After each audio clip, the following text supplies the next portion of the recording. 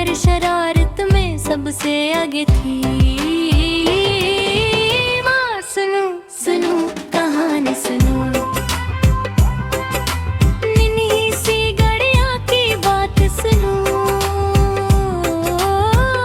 हंसो सपने बनो,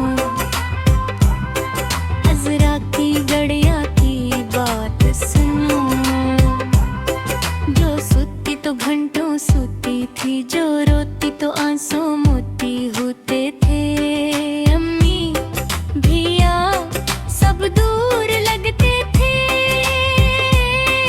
अजरा के साथ ही अच्छी लगती थी।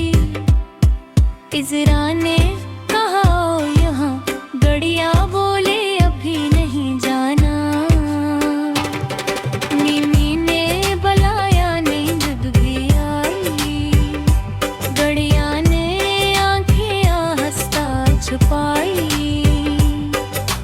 वो रोई चिल्लाई फिर चुप हुई, सपनों की दुनिया में गम हुई।